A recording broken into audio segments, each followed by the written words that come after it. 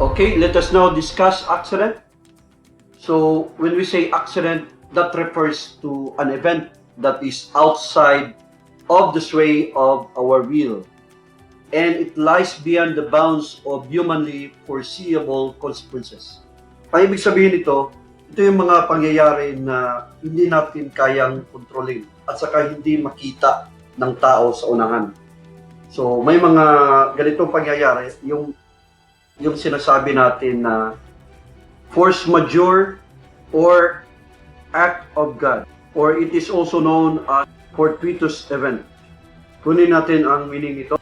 So when we say force majeure, literally from French as superior force. It is also known as act of God, superior or irresistible force, an event or effect that cannot be reasonably anticipated or controlled. It is also known as fortuitous event. That is an event of natural or human origin that could not have been reasonably foreseen or expected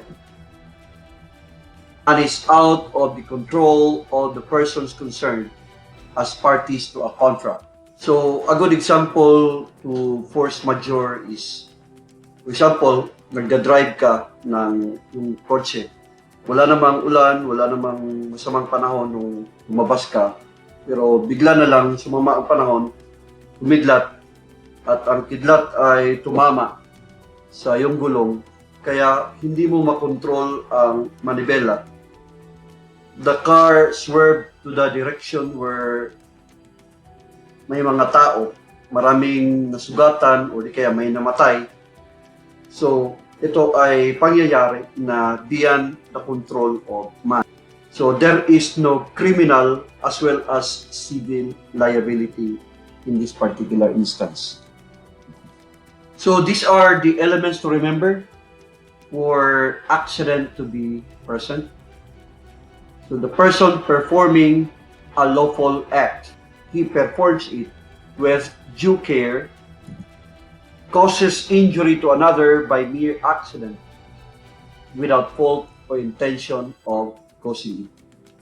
So, lawful ang ginawa ng tao, with due care, maingat siyang gumawa ng isang bagay, at saka nakagawa siya ng injury by mere accident. Ang accident dito, tandaan natin, ito ay either force majeure or fortuitous event. So, wala siyang fault, wala siyang negligence, wala siyang imprudence, and he has no intention of causing it. So, ang effect dito, there is no criminal as well as civil liability.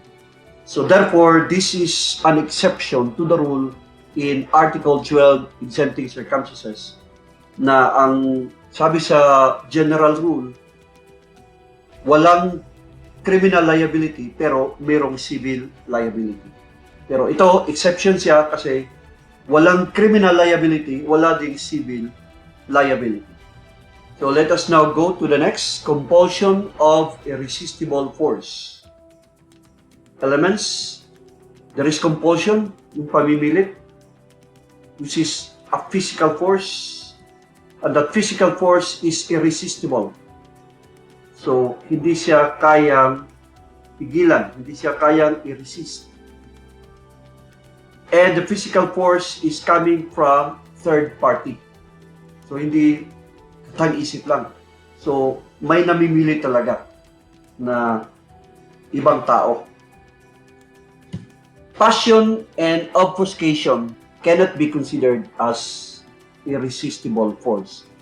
When we say passion, like in the instance of jealousy or obfuscation, yung tinatawag natin na nagdidilim ang paningin kasi sa sobrang galit ng tao, hindi yan matawag na compulsion of irresistible force. Kasi nga, ang ibig sabihin ng compulsion of irresistible force, ang compulsion dito ay physical force. At ang physical force dapat ay magmula sa ibang tao. hindi siya magmula sa isip ng tao or sa isip ng isang gumawa ng krimen. So, kagaya ng jealousy, nasa isip lang ng tao yan. Or yung obfuscation, yung nagdidilim ang paningin dahil sa galit ng tao. That cannot be considered as compulsion of irresistible force. This is the particular paragraph na take up na natin, no, yung legal maxim actus me invido factus non est meus actus. So si A at gunpoint sinabihan niya si B, patayin mo si C. Kung hindi mo mapatay siya, papatayin kita. So kung tingnan mo dito, mayroong tinatawag na physical force na nandun ipinilit kay B na nagmula kay A. So, ang pamimilit ay irresistible kasi ang sabi ni A at gunpoint papatayin niya si B pag hindi mapatay ni B si C. Kaya in this instance, si B ay parang robot, para siyang instrumento. Wala siyang magawa sa kanyang sarili, kundi sundin ang pinagawa sa kanya ni A. So, between his life and the life of C, in ordinary situation, mas pipiliin ng tao ang kanyang buhay kumpara sa buhay ng ibang tao.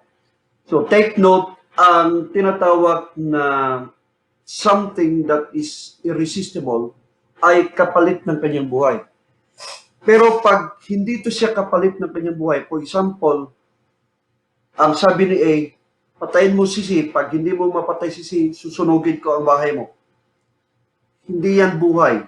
So therefore, liable si B kung pinatay niya si C. Kasi mas mahalaga ang buhay kumpara sa property. Whatever the amount of that property is. In irresistible force, the actor is being reduced to mere instrument. Gaya nung nangyari kay B, na kung hindi niya patayin si C, siya ay patayin. So, the actor is being reduced to mere instrument, acting without and against his will. Next,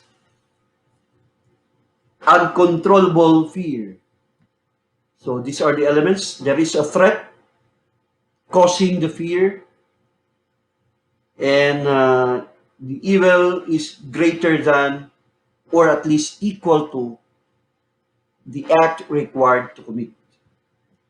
The threat is evil of gravity and imminence that ordinary men would have succumbed to. So, more or less, kagaya lang din no, ng nangyari kay B, no, na pinili siya na gawin ang isang bagay. Kasi pag hindi niya gawin yon, mailagay sa peligro ang kanyang buhay. So it should be equal to and the act required to commit. It must be equal to the act required for him to commit. So the last item is lawful or insufferable cause. An insufferable cause is a motive which lawfully, morally, or physically prevented the person to do what the law commands. So, ang lawful or insufferable cause ay maging depensa sa isang tao na hindi niya magawa ang bagay na required of him to do under the law because of the so-called insufferable cause. Pag sinabing insufferable, ay ibig sabihin ng insufferable is hindi kayang pigilan, hindi kayang gapiin. So this applies to felonies by omission. Kaya sabi natin, prevented the person to do what the law commands. So pag sinabing omission, ito yung particular felony na ang violation ay ang hindi paggawa. There is what we call as inaction. Let us recall sa Article 3 of the RPC, nabanggit doon na ang pag-incur ng felony ay sa pamamagitan hindi lang sa paggawa, kundi sa paghindi paggawa. So the elements, the act is required by law to be done. So a person is mandated to do a particular act, and the person fails to perform such act, that is known as omission. And the failure to perform the act is because of some lawful or insufferable cause.